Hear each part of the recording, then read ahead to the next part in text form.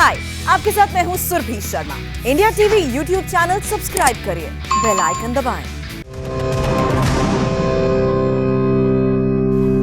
Corona पर India TV के स्वास्थ्य सम्मेलन में अब हमारे साथ देश के स्वास्थ्य मंत्री डॉक्टर हर्षवर्धन जुड़ रहे हैं। डॉक्टर साहब, बहुत बहुत स्वागत है आपका इंडिया टीवी पर। और आज तो प्रधानमंत्री ने जैसी घोषणा की थी, आज से टीका उत्सव की शुरुआत हो रही है, तो क्या रिपोर्ट्स मिल रही हैं आज आपको? नहीं, बहुत अच्छी रिपोर्ट्स मिल रही हैं और मैं हृदय से देशवासियों को बधाई देना चाहता हूं कि प्रधानमंत्री नरेंद्र मोदी जी के आह्वान पर आज एक बड़ा पवित्र दिन है।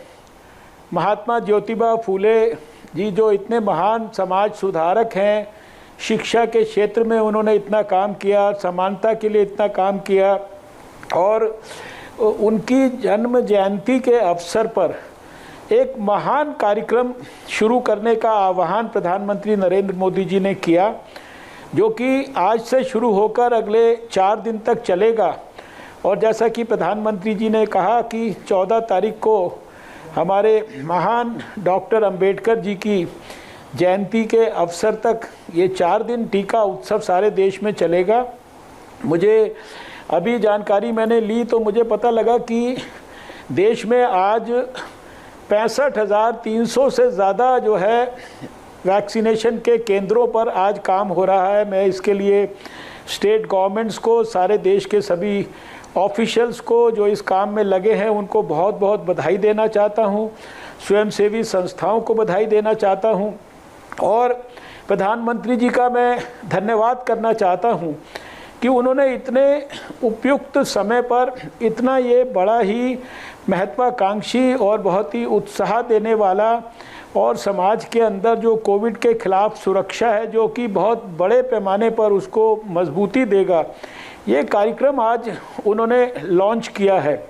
देखिए, आज प्रधानमंत्री जी ने सारे देशवासियों को पत्र लिखा है और पत्र में उन्होंने 3-4 बातें जो कही हैं, जिसमें उन्होंने ईच वन वैक्सीनेट वन की बात की है, each one treat one, each one save one की बात की है, माइक्रो कंटेनमेंट जोन्स की बात की है, और वैक्सीनेशन के लिए जो प्रायोरिटी ग्रुप्स हैं, जो कि वैक्सीनेशन के लिए आज की समय में जो कि उसको अवेल कर सकते हैं, उनको मोबिलाइज करने के लिए, उनकी सहायता करने के लिए लोगों से अपील की है।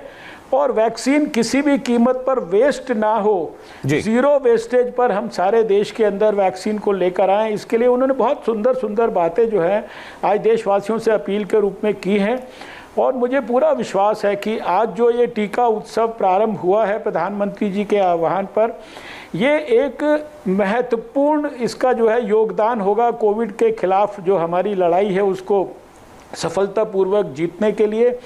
इसके लिए मैं पुनः प्रधानमंत्री जी को भी बधाई देता हूं। और आपने अपने कार्यक्रम में मेरे से बातचीत की शुरुआत ही टीका उत्सव से की है, इसके लिए मैं आपका धन्यवाद करता हूं। और आपका इंडिया टीवी का विशेष रूप से इसलिए भी धन्यवाद करता हूं कि आज जब सारा देश कोविड के खिलाफ संघर्ष कर रहा है, उस समय इंडिया टीवी ने इसको एक स्वास्थ्य के इतने महत्वपूर्ण विषय को इतना आपने प्रायोरिटी दी है कि सारा दिन भर आप देश के प्रमुख लोगों से, मुख्यमंत्रियों से और स्वास्थ्य मंत्रियों से और सभी संबंधित लोगों से बातचीत कर रहे हैं।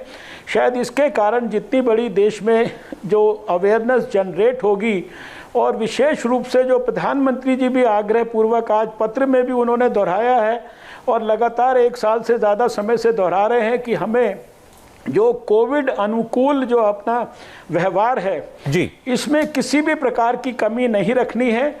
शायद आपके इस आज दिन भर के जो कैंपेन से मुझे पूरा विश्वास है कि जो कुछ हम भूल गए थे कोविड के खिलाफ लड़ाई में, और शायद जिसके अंदर हमारी थोड़ी सी लापरवाही कह लीजिए, सुस्ती कह लीजिए, कैजुअल अप्रोच कह लीजिए, और गंभीरता को कम लेने वाली बात कह लीजिए, या शायद हमारे मन से कोविड का खौफ ख़त्म हो गया था, जिसके कारण हम देख रहे हैं कि जो 1 साल में विजय हमने प्राप्त की, कोविड के केसेस इतने मामूली हो गए थे फरवरी के अंदर, वो 2 महीने में अचानक फिर से बढ़ गए हैं।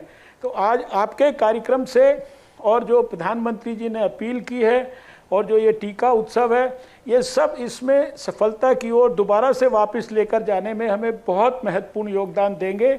इसलिए मैं स्वास्थ्य मंत्री के रूप में आपका सबका हृदय से बहुत बहुत धन्यवाद करना चाहता हूं, आपको अभिनंदन करना चाहता हूं। बहुत बहुत धन्यवाद डॉक्टर साहब आपका। हमारी एक छोटी कोशिश है, अगर इससे दोबारा से लोगों के अंदर वही जागरूकता आ जाए जो कुछ महीने पहले थी, तो हम मानेंगे कि हमारा काम कामयाब हुआ। लेकिन जैसा आपने कहा कि इसकी नौबत इसलिए आई है क्योंकि आज हम देख रहे हैं एक दिन के अंदर 1.5 लाख से ज्यादा केसेस हम लोग ब्रीच कर रहे हैं। इसकी सबसे बड़ी वजह आप क्या मानते हैं? ये हम लोगों की, ये लोगों के मन से कोरोना का डर चला गया था या सरकारों ने सख्ती कम कर दी थी? क्या वजह है इसकी? देखिए, खाली एक वजह और उसमें हम कहें कि केवल ये जो लोग हैं उनकी इसको कैजुअल अप्रोच या लापरवाही को तो मैं खाली दोषी नहीं मानूंगा, लेकिन सब प्रकार के इसमें फैक्टर्स कंट्रीब्यूट कर रहे हैं। शायद कोविड अप्रोप्रिएट बिहेवियर को अपनाने में, मास्क को लोगों को पहनवाने में, जिस प्रकार की जो हम लोग पहले चेकिंग करते थे, बीच में जो है टोकने का भी काम होता था, बीच में फाइन का भी काम हुआ, लगातार उसका आग्रह होता था, वो आग्रह भी समाप्त हुआ। सरकारों की तरफ से भी शायद उसके अंदर जो सख्ती अपनानी चाहिए थी वो नहीं। प्रोटोकॉल्स जो बनाए गए भारत सरकार के द्वारा, जो साल भर काफ़ी गंभीरता से फॉलो करने का प्रयास हुआ, उसमें फॉलो करने के प्रक्रियाओं में ढील हुई। और उसके साथ साथ जो समाज में भी जो सोशल गैदरिंग्स वगैरह बड़े पैमाने पर शुरू कर दी, जो जितने लोग अलाउड थे उससे कई गुना ज़्यादा लोग आने लगे, वो भी मास्क नहीं पहनते थे, फिज़िकल डिस्टेंस, सोशल डिस्टेंस, 2 गज की दूरी ये नहीं अपनाते थे। और फिर ट्रैवल जितना होता था उसके अंदर भी जो है सोशल डिस्टेंसिंग के नॉर्म्स लोग भूल गए थे। ये बहुत सारे फैक्टर्स हैं। फिर बहुत सारी ऐसी एक्टिविटीज़ हो रही हैं, मास उसमें गैदरिंग्स के अंदर भी जो है कोई ठीक से कोविड अप्रोप्रिएट बिहेवियर को नहीं अपना रहा था। ये सारे फैक्टर्स ने निश्चित रूप से, और जो आपने अपनी खुद ही कहा सवाल के अंदर कि लोगों में शायद खौफ भी ख़त्म हो गया था, उसका कारण ये है कि इतने बड़े देश में हमने अपनी जो फैटेलिटी रेट है उसको इतना लो रखा है। आज भी 1.27 हमारा फैटेलिटी रेट है देश के अंदर, दुनिया के अंदर सबसे कम। तो लोगों को निश्चित रूप से, जिनके परिवार के अंदर कोई जिनकी मृत्यु हो गई कोविड से, वो तो निश्चित रूप से अभी भी भयभीत हैं। लेकिन जिन्होंने देखा अपने आसपास की बहुत लोगों को हुआ, ज़्यादातर लोगों को सिम्टम नहीं होते थे, थोड़ा बहुत आइसोलेशन हुआ, थोड़े दिन बाद वो ठीक हो गए, और लोगों ने देखा कि 100 में जो है 98-99 लोग तो ठीक ही हो जाते हैं।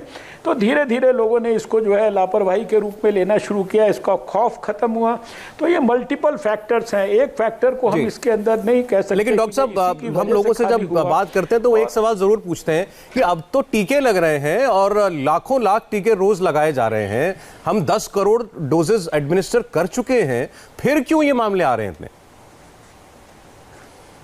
देखिए, आप समझने की कोशिश करिए कि जो टीका है वो हमारे समाज में एक प्रकार से, समाज में जब हम लगाना शुरू करते हैं तो वो हमारी इम्यूनिटी को स्ट्रेंथन करता है, कोविड के खिलाफ लड़ने की जो क्षमता है उसको जो है और ज़्यादा मजबूत करता है। लेकिन खाली टीका लगाकर हम इसको, बीमारी को काबू कर सकते हैं। टीके से ज़्यादा ज़रूरी पहले जो है वो देश के लोगों के लिए प्रिकॉशन लेना है। और टीका उस सारे काम के अंदर जो कोविड के खिलाफ जंग के जो बेसिक नियम हैं, कार्डिनल प्रिंसिपल्स हैं, उसमें निश्चित रूप से बहुत सप्लीमेंट्री उसका बहुत बड़ा योगदान है। और वो भी बहुत तेज़ी से हमारे देश के अंदर हो रहा है। आपने देखा कि दुनिया में फास्टेस्ट हमने स्पीड से 10 करोड़ से ज़्यादा वैक्सीनेशन की डोजेस जो है देश के लोगों को दे दिया। आज अमेरिका जो शायद सबसे ज़्यादा तेज़ी से दे रहा था, उससे भी ज़्यादा हमारी स्पीड डेली जो है करने की है। तो टीकाकरण अपनी जगह है, इसका अपना महत्व है और इसको भी पूरी प्रामाणिकता से और पूरे डायनेमिज्म से करना है। इसीलिए आज टीका उत्सव प्रधानमंत्री जी ने शुरू कराया इतने पवित्र दिन पर। ये भी हमें करना है, इसकी भी बार बार हम अपील देशवासियों से करेंगे कि भाई आपको जो भारत सरकार ने फैसिलिटी दी है, इतना ज़्यादा प्रधानमंत्री जी ने उसके लिए विजनरी अप्रोच से वैज्ञानिकों को प्रोत्साहित किया। हमारे वैज्ञानिकों ने इतने समय में, कम समय में वैक्सीन हमारे लिए उपलब्ध कराई हैं। फिर 35,000 करोड़ रुपया खाली एक साल में बजट में स्पेशली जो है सारे भारत के लोगों को जो भी प्रायोरिटी ग्रुप्स हैं उनके लिए वैक्सीन उपलब्ध कराने के लिए रखा गया। शायद इतने बड़े लेवल पर कभी इस तरीके से नहीं सोचा गया होगा। सारे देश में बिना किसी प्रकार का बोझ स्टेट गवर्नमेंट्स पर डाले हुए पूरा का पूरा बोझ भारत सरकार ने अपने सिर पर लिया और उसको टीके को भी सारे देश में उपलब्ध कराया जा रहा है।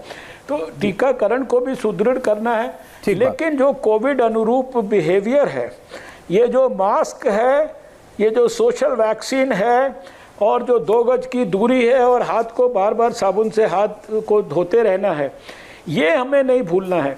और अभी जब तक कोविड पर ठीक प्रकार से नियंत्रण नहीं होता तो ये बड़ी बड़ी गैदरिंग्स में जाना और वहाँ पर सारे नियमों को तोड़कर और भीड़ करना, एक साथ बैठकर गप मारना, मास्क को हटाकर एक साथ एक टेबल पर 20-20 लोग खाना खाते हैं, ये सारी चीज़ें जो है हमको जो है इनके अंदर अभी।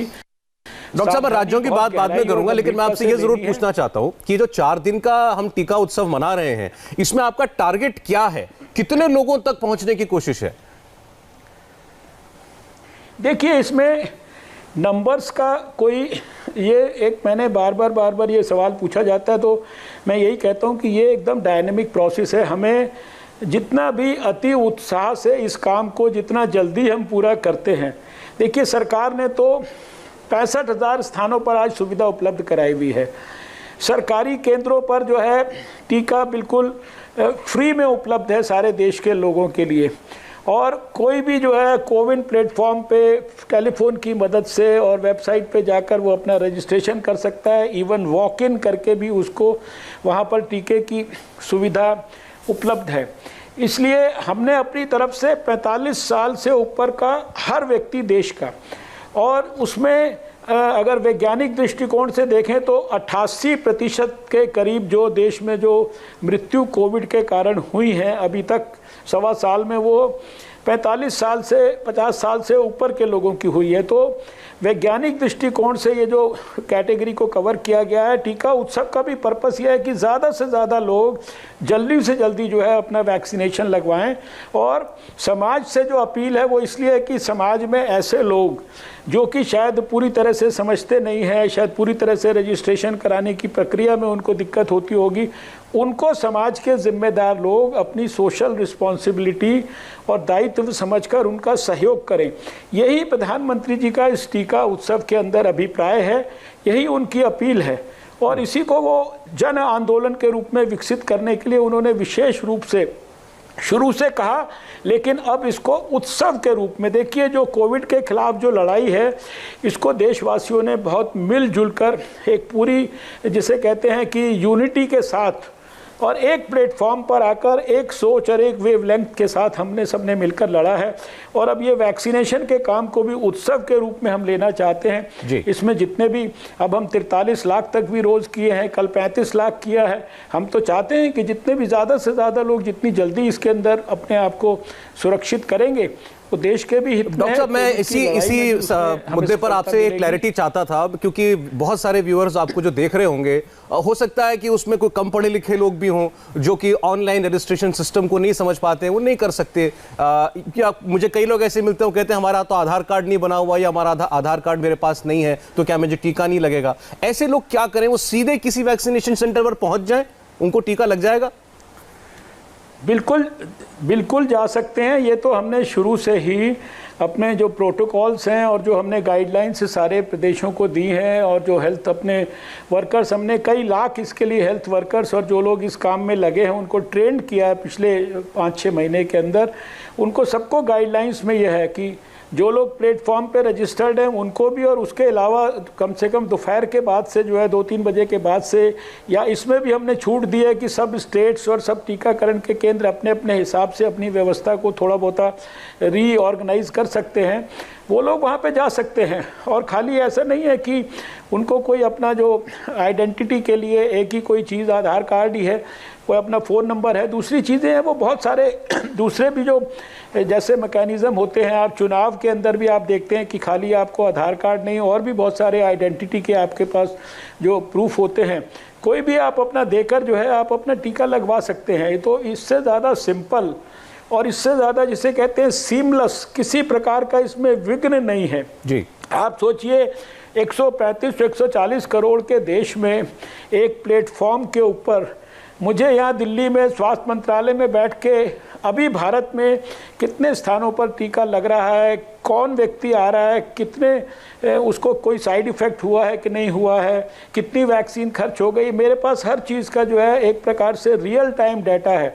ये शायद दुनिया का सबसे ज़्यादा जिसे कहते हैं डिजिटल इंडिया का जो मैनिफेस्टेशन प्रधानमंत्री के विजन का, शायद ये उसका एक ज्वलंत उदाहरण है, ये कोविन प्लेटफॉर्म, जो कि इतने बड़े देश में इतने बड़े वैक्सीनेशन कैंपेन को एकदम सीमलेस, बिना भी किसी प्रकार की जो है कमी के जो है बराबर सफलता से आगे बढ़ा रहा है। डॉक्टर साहब, एक तरफ तो आपकी सरकार, भारत सरकार ये कोशिश कर रही है कि ज्यादा से ज्यादा लोग इन 4 दिनों का फायदा उठाकर टीका लगाएं। दूसरी ओर हम ये भी देख रहे हैं कि बहुत सारे राज्यों से ऐसी खबरें आ रही हैं कि वहां जो है टीकाकरण का जो केंद्र है वहां पर लिख दिया गया है कि हमारे पास वैक्सीन नहीं है। अब आप फोन करके चेक कर लीजिए, कई राज्य कह रहे हैं कि हमारे पास स्टॉक खत्म होने लगा है। तो सच्चाई क्या है, हमारे पास वैक्सीन का स्टॉक है या कम है या नहीं है? देखिए, इस सवाल का जवाब इतनी बार दे चुका हूँ, फिर दे देता हूँ। ना तो किसी भी प्रकार से हमारे पास किसी वैक्सीन की स्टॉक की कमी है, ना ही वैक्सीन्स की कमी है, ना ही स्टेट्स के पास वैक्सीन की उपलब्धता की कमी है। हर स्टेट के पास हमने आज तक कितना दिया उसका हमारे पास रिकॉर्ड है, आज वो उसके पास कितना है उसका हमारे पास रिकॉर्ड है। हर स्टेट को अगले 4 दिन में हम कितना देने वाले हैं ये भी उनको एडवांस में हमने बता रखा है। और इतने स्मूथ ढंग से ये काम 16 जनवरी से जब प्रधानमंत्री जी ने इसको देश के नाम जो है इस अभियान को समर्पित किया था, तब से लगातार चल रहा है। किसी भी प्रकार की हमें इसकी टीकों की कोई शॉर्टेज नहीं है। लेकिन इसके साथ साथ हम ये भी कर रहे हैं कि जो टीका बनाने वाली कंपनियां हैं या और जो टीके विकसित हो रहे हैं या और टीका बनाने वाली कंपनियों को और उनकी जो प्रोडक्शन कैपेसिटी को और भी बढ़ाने के लिए, उसके लिए भी सरकार हर तरीके से उनको वैज्ञानिक दृष्टिकोण से, फाइनेंशियल दृष्टिकोण से उनको हर तरीके से जो है वो मदद कर रही है। और हमारा ये प्रयास है कि जबकि अभी हमारे पास पर्याप्त मात्रा में टीके उपलब्ध हैं, उसके अलावा भी आने वाले जो 3, 4, 5 महीने हैं, इसमें हम लगातार जो है कंटिन्यूसली इस प्रोडक्शन की कैपेसिटी को भी बढ़ाते जाएं। आज अगर 7-8 करोड़ टीके देश में उपलब्ध हो रहे हैं 2 कंपनियों के माध्यम से, तो आने वाले समय में हम 11, 12, 13 करोड़ तक इस संख्या को कुछ महीनों के अंदर लेकर जाने वाले हैं। डॉक्टर साहब, ये भारत की खुशनसीबी है कि हमारे स्वास्थ्य मंत्री खुद एक बहुत काबिल और सीनियर डॉक्टर भी हैं।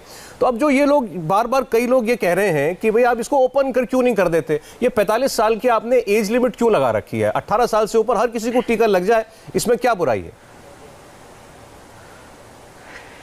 देखिए, इस सवाल को कई बार रखा गया है, राजनीतिक दृष्टि से बहुत सारे लोग इस तरह की बातचीत भी कर रहे हैं। मैंने कई बार ये बात कही है कि इस टीके से जुड़े हुए जितने भी विषय हैं, इसके लिए अगस्त के महीने में प्रधानमंत्री जी ने नैगवैक की स्थापना कराई थी, जो कि है national expert group for vaccine administration. इसमें बड़े बड़े प्रोफेशनल डॉक्टर्स हैं, बड़े बड़े इसमें वैज्ञानिक हैं, सारी इसमें प्रमुख स्टेट्स का रीजन के हिसाब से रिप्रेजेंटेशन है, और भी जो स्टेक होल्डर्स हैं, ये सारे लोग इसके अंदर हैं। सारी गहराई से वैक्सीन के बारे में जो नीति है उसको बनाया जाता है, और उस नीति में सारा जो साइंटिफिक बैकिंग और इंटरनेशनल जो बैकिंग है, विश्व स्वास्थ्य संगठन की रिकमेंडेशंस हैं, देश की नीड्स हैं, डायनेमिक जो वायरस का बिहेवियर है, ये सारी बातों को ध्यान में करके ये प्रायोरिटी ग्रुप्स बनाए गए हैं। और विश्व स्वास्थ्य संगठन का भी कहना है कि जो सबसे ज़्यादा वल्नरेबल है उसको सबसे पहले, क्योंकि टीके का सबसे ज़्यादा उपयोग ये है कि टीका लगाने के बाद अगर आपको वायरस इफ़ेक्ट भी करता है तो शायद वो आपको मृत्यु की तरफ ले जाने में मेरा ख्याल से सफल नहीं होगा। इसलिए जिनको सबसे ज़्यादा प्रभावित होकर जिनकी मृत्यु होने की या उस तरह की स्थिति में पहुंचने की थोड़ी भी संभावना है उनको सबसे पहले प्रोटेक्ट करना, जो सबसे ज़्यादा रिस्क में है। इसलिए आपने देखा हमने हेल्थ वर्कर से अपनी बात को शुरू किया, फ्रंट लाइन वर्कर्स को लिया, फिर 60 साल से ऊपर वालों को लिया, फिर 45 साल से 59 वाले बीमार लोगों को लिया, और उसके बाद अब हमने 45 साल से ऊपर के सब लोगों को ले दिया। हम कहते हैं ये जो ग्रुप्स आज प्रायोरिटी ग्रुप्स हैं, इनको ज़्यादा से ज़्यादा लोगों को जैसे ही ये ग्रुप्स के अंदर वैक्सीनेशन हो जाएगा तो स्वाभाविक है कि फिर जो अगली कैटेगरी है उसके बारे में भी एक्सपर्ट ग्रुप चिंता करेगा। हम लोग लगातार जो इंटरनेशनल गाइडलाइंस हैं विश्व स्वास्थ्य संगठन की, उनको भी फॉलो कर रहे हैं और इस बात को भी देख रहे हैं कि देश में आज कितनी हमारी प्रोडक्शन कैपेसिटी है। किसी भी तरीके से, किसी भी प्रकार से हमारे देश के लोगों को वैक्सीन की कमी का सामना ना करना पड़े, तो जहां वैक्सीन के स्टॉक्स उपलब्ध रखना और दूसरी तरफ वैक्सीन के आगे प्रोडक्शन की जो है कोशिश करना, तीसरी तरफ जिनको सबसे ज़्यादा प्राण रक्षा करने के लिए बचाना है उनको वैक्सीनेशन कराने के लिए उत्साहित करने के लिए प्रधानमंत्री जी का ये इतना बड़ा जो आज टीका उत्सव प्रारंभ हुआ है। तो हम तो हर तरीके से जो है इस सारे मूवमेंट को सुदृढ़ करना चाहते हैं जी। इसके अंदर अब ये जो राजनीतिक बात को मन में रख के जो बहुत सारे बयान दिए जा रहे हैं, अब उन पे मेरे को कोई चर्चा करनी नहीं है। डॉक्टर साहब, दरअसल क्या है, आप ये बात तो ठीक है कि इसमें राजनीति तो कुछ ना कुछ होगी जरूर, लेकिन जो राज्य सरकारें, कई राज्य सरकारें, उनका कहना यह है कि भाई वैक्सीन के ऊपर अब केंद्र सरकार को अपनी पकड़ थोड़ी ढीली करनी चाहिए, इसका विकेंद्रीकरण करें, हमें इख्तियार दें, हम खरीदेंगे वैक्सीन, हम ये तय करेंगे हमें किसको लगानी है, हर चीज केंद्र क्यों तय करेगा? देखिए, आप इसको इस तरह से समझिए कि देश की वैक्सीनेशन कितना प्रोडक्शन है। अभी शॉर्टेस्ट पॉसिबल टाइम में देश ने वैक्सीन उपलब्ध करा दी वैज्ञानिकों की सहायता से, और कितनी उनकी प्रोडक्शन कैपेसिटी है वो भी जो है फिक्स्ड है। और ये तो जो स्टेट गवर्नमेंट्स हैं उनको धन्यवाद करना चाहिए प्रधानमंत्री नरेंद्र मोदी जी का कि पूरा का पूरा खर्चा हम वहन कर रहे हैं। अगर हम ये गाइडलाइंस ना बनाएं, अगर इसको ये सारी जो स्टैंडर्ड ऑपरेटिंग प्रोसीजर्स ना अपनाएं, तो क्या इतना बड़ा कैंपेन देश में इतने स्मूथली चल सकता है? It can't be free for all. अभी ये इमरजेंसी यूज़ ऑथराइजेशन है। इमरजेंसी यूज़ ऑथराइजेशन का मतलब होता है कि हर चीज़ को बहुत ही पैने तरीके से वैज्ञानिक दृष्टिकोण से उसके ऊपर नज़र भी रखनी है, उसके अंदर कोई किसी किस्म की कॉम्प्लिकेशंस ना हो, इसकी भी सारी हमें चिंता करनी है। इसलिए आज ये कहीं पूरी दुनिया के अंदर कहीं इस तरीके से वैक्सीन कोई मार्केट के अंदर या उस तरीके से उपलब्ध नहीं है। हर जगह पे ये कंट्रोल्ड वे में इसका इस्तेमाल हो रहा है, क्योंकि अभी आप जानते हैं वायरस जो है उसका अपना जीवन भी जो है वो 15 महीने 16 महीने का है। दिसंबर के 31 तारीख को 2019 में इसके बारे में पहली दफ़ा केसेस के बारे में बातचीत शुरू हुई थी। जनवरी के पहले सप्ताह में 2020 में WHO ने रिपोर्ट किया, तो 16 महीने के अंदर इसकी सारी वायरस की अभी हिस्ट्री है। वैक्सीन डेवलपमेंट की भी हिस्ट्री जो है 1 साल से कम पीरियड की है। वैक्सीन को लगाने की जो हिस्ट्री है वो भी 3 महीने के करीब की है, ज़्यादा से ज़्यादा जो है अभी समझ लीजिए 16 तारीख को उसमें भी 3 महीने होंगे। तो ये सारी चीज़ें सरकार बहुत ही गहराई से सारे देश को कोविड से लड़ने की जो टेक्निक थी, उसके लिए जितने भी स्टैंडर्ड प्रोसीजर्स थे, गाइडलाइंस थी, ये हमने 17 जनवरी 2020 को देश को बना के दी, और उसके बाद से सैकड़ों गाइडलाइंस समय के हिसाब से हम बराबर बदल कर इम्प्रूवमेंट कर समय की आवश्यकता के हिसाब से सारे देश को दे रहे हैं। इसलिए इस तरह की जो बातें जो की जा रही हैं, ये हमारे पास जब व्यक्तिगत तौर पर या हमारी जो वीडियो कॉन्फ्रेंसिस में सारे देश से लगातार बातचीत हुई है, प्रधानमंत्री जी ने मुख्यमंत्रियों से बात की है, मैंने स्वास्थ्य मंत्रियों से बात की है, अधिकारियों ने अपने लेवल के सारे देश के अधिकारियों से बात की है, हम लोगों ने इवन DM लेवल्स तक भी जो है बातचीत की है। तो सारी चीज़ें बहुत हमने प्रामाणिकता से शेयर की हैं, लोगों को हेल्प किया है, गाइड किया है, सारे जितने उनके लिए फाइनेंशियल सपोर्ट से लेकर PPE किट तक, N95 मास्क तक, वेंटिलेटर तक, दवाइयों तक, अब आज वैक्सीन तक, और जो टेस्टिंग किट्स तक, और लेबॉर्ट्रीज़ की स्थापना सारे देश में, ये सारी हमने पूरी चीज़ों में भारत सरकार ने पूरे निष्पक्षता से सारे देश को सपोर्ट किया। जी सर, ठीक। डॉक्टर साहब, जैसे आपने बताया कि हमने एक दिन में 43 लाख टीके तक भी लगाए, वो एक रिकॉर्ड है, तो क्या आप एक आइडिया दे सकते हैं कि हमारी प्रोडक्शन कैपेसिटी कितनी है? क्योंकि फिलहाल हम 2 ही वैक्सीन यूज कर रहे हैं भारत में, वो किस मात्रा में हम निर्मित कर पाते हैं उसको? मैंने बताया ना आपको, शायद मैंने अभी आपको ये बताया कि अभी जो हमारी जो 2 कंपनियां हैं, ये मोटे तौर पर मैं समझता हूँ कि मिल के ये 7-7.5 करोड़ वैक्सीन की डोजेज अभी बनाती हैं। और शुरुआत में इन्होंने एक महीने में सर डोजेज जो है ये 7-7.5 करोड़ एक महीने में बनाती हैं? 1-2 महीना पहले भी हाँ जी, 1 महीने में। अच्छा। और इसको भी हम रैंप अप करके, इनको सपोर्ट करके, इसको भी आगे 11, 12, 13 करोड़ तक ले जाने के लिए, इसके लिए उनको लगातार वो धीरे धीरे करके हर महीने आप देखेंगे कि ये कैपेसिटी बढ़ती जाएगी। इसके साथ साथ अभी करीब 6 वैक्सीन ऐसी हैं जो क्लिनिकल ट्रायल के विभिन्न फेजेस में हैं। कुछ जो है एडवांस्ड हैं, कुछ जो है फर्स्ट सेकंड फेज में है। ये वैक्सीन्स भी अगले महीनों में धीरे धीरे करके ये इमर्ज करेंगी सीन के ऊपर। प्री क्लिनिकल ट्रायल के अंदर भी करीब 1 दर्जन से ज़्यादा वैक्सीन्स हैं जिनके ऊपर जो अभी एनिमल ट्रायल्स की स्टेजेस में हैं। तो काम हर स्तर पर हो रहा है। जिस भी तरीके से देश के लोगों को बचाने के लिए, देश के लोगों को कोविड से सुरक्षा देने के लिए भारत सरकार को जो कुछ भी करना है, सारी स्टेट गवर्नमेंट्स को सपोर्ट करना है, वैज्ञानिकों का सपोर्ट लेना है, पूरे मेडिकल प्रोफेशन का, कोरोना वॉरियर्स का, ये सारे काम। और सारे देश में जो कैपेसिटी है बेड्स की 18-20 लाख तक जो है, लगभग 19 या 20 लाख के करीब जो है इस समय जो हमारी कोविड डेडिकेटेड हॉस्पिटल्स और हेल्थ फैसिलिटीज़ और कोविड केयर सेंटर्स हैं, उनमें बेड्स हम लोगों ने बनाए हैं। 12,000 से ज़्यादा क्वारंटाइन सेंटर्स बनाए हैं। एक लेबॉर्ट्री से 2,450 लेबॉर्ट्रीज़ जो है पूरे भारत में, यानी एक लेबॉर्ट्री थी पिछले साल इस समय पे मार्च के महीने के अंदर, आज 2,450 हमने देश में जो है जहाँ ये सुविधा जो है। और ये वाला टेस्ट जो है देश के लोगों को पता नहीं होगा, ये 6-7 साल पहले ये टेस्ट जो है वायरस का, इसका सैंपल अमेरिका जाता था, वहाँ से टेस्ट होके आता था।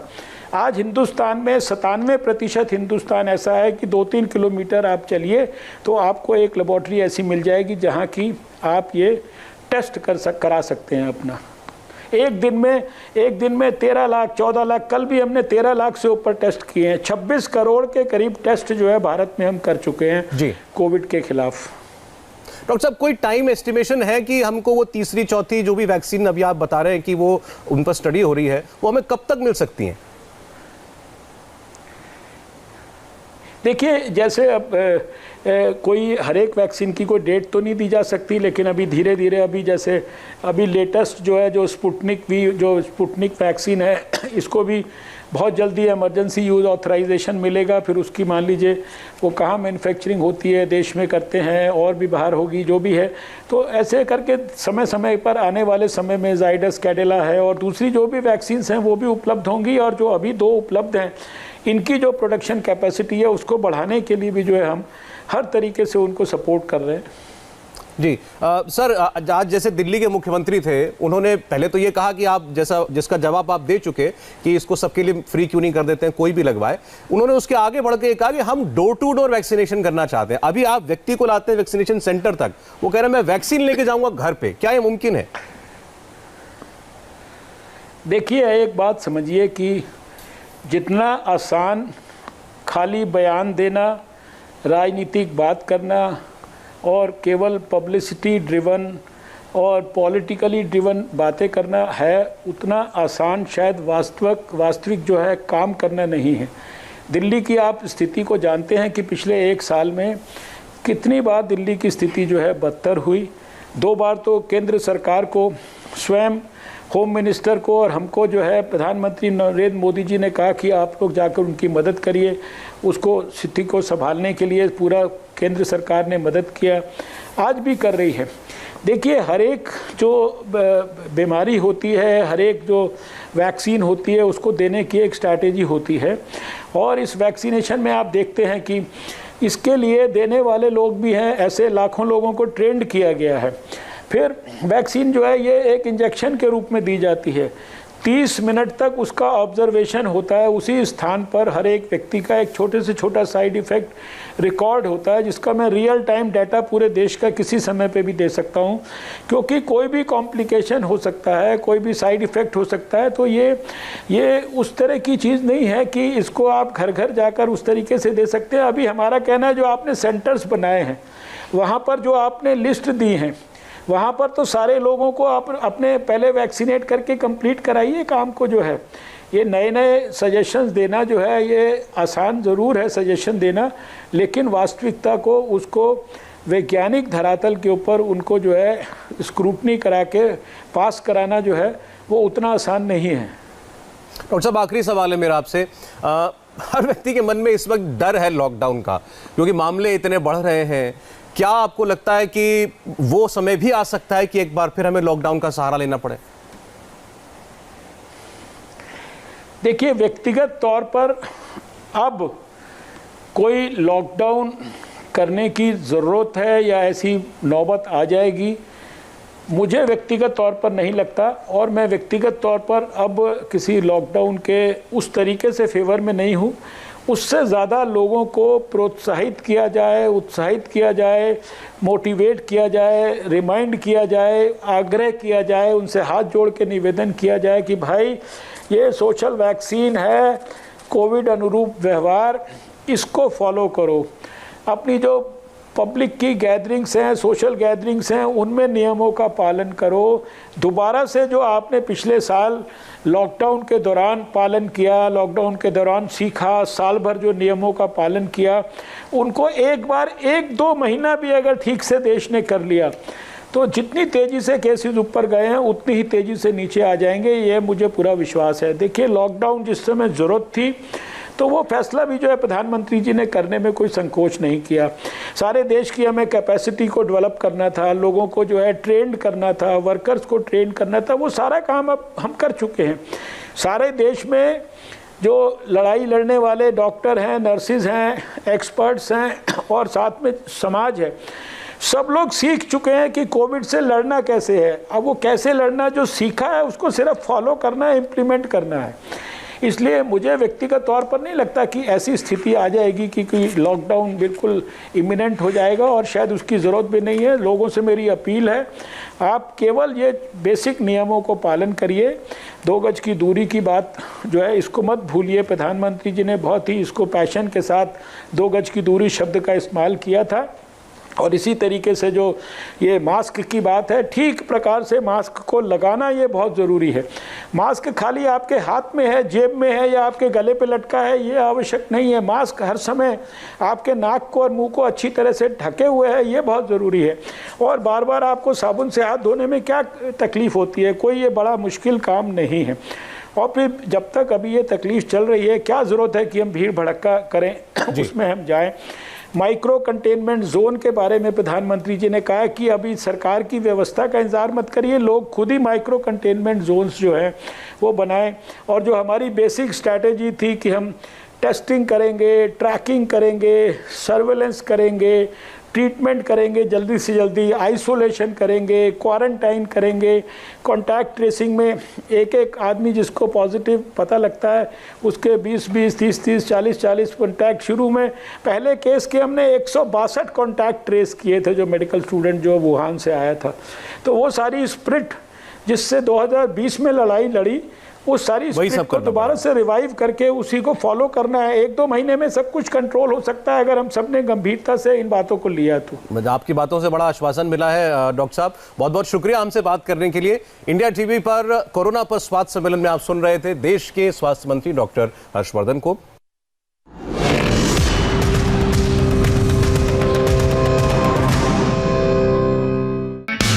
हाय, आई एम सुरभि शर्मा। खबरों से अपडेट रहने के लिए India TV YouTube channel subscribe करिए, साथ में बेल आइकन जरूर दबाएं। जुड़े रहें इंडिया टीवी के साथ।